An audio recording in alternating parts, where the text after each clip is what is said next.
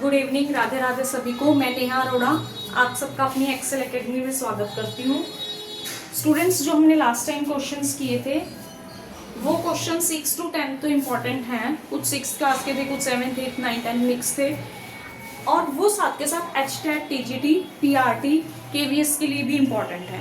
जो TGT की तैयारी HTET की HTET TGT PRT KVS की तैयारी कर रहे हैं वो भी उस वीडियो को देख सकते हैं।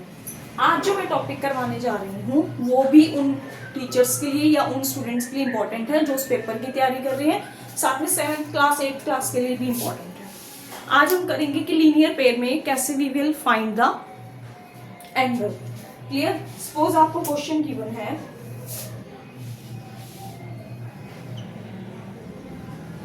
This is the question given to you and you have to find the value of x। Then how will you find it?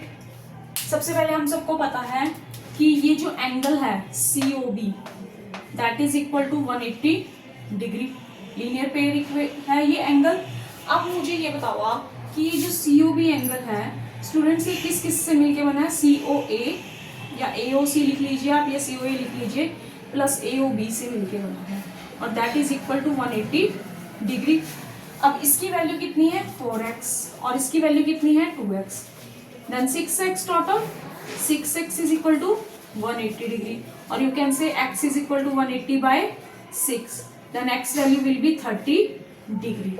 आपकी x की वैल्यू 30 डिग्री है, तो अब आप मुझे बताइए कि एंगल COA कितना होगा और एंगल AOB कितना होगा। Put the value of x, 4x 2x, 4 into 30 is equal to 120 degree and 2 into 30 that is equal to 60 degree. अब टोटल कर लीजिए कितना आ रहा है? 180 degree. It means your question is correct. Now we will take another example.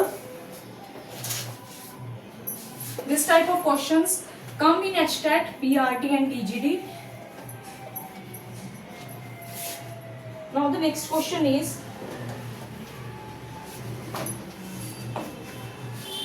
suppose this is the diagram given to you, this is x, this is y, clear? AOBC, the angle x is given to you that is 70 degree and you have to calculate angle y। angle y means COA you have to calculate। ठीक है, तो same COA plus AOB is equal to 180 degree. Linear pair है, ठीक है। अब हमने क्या करना है? COA की वैल्यू कितनी है? y, और AOB की वैल्यू कितनी है students? 70 degree is equal to 180 degree. Then y is equal to 180 minus 70 degree that is equal to 110।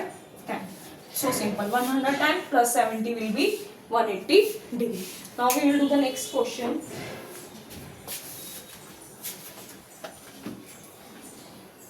suppose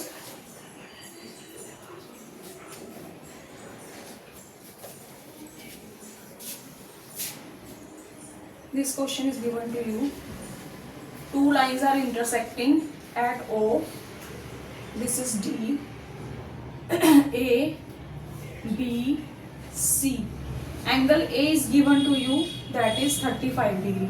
you have to calculate the other angles। now how will you calculate? only one angle is given and you have to calculate 3 angles। you have to calculate the value of B, angle C and angle D। so simple। आपको इसकी value कितनी दी है students? 35 degree.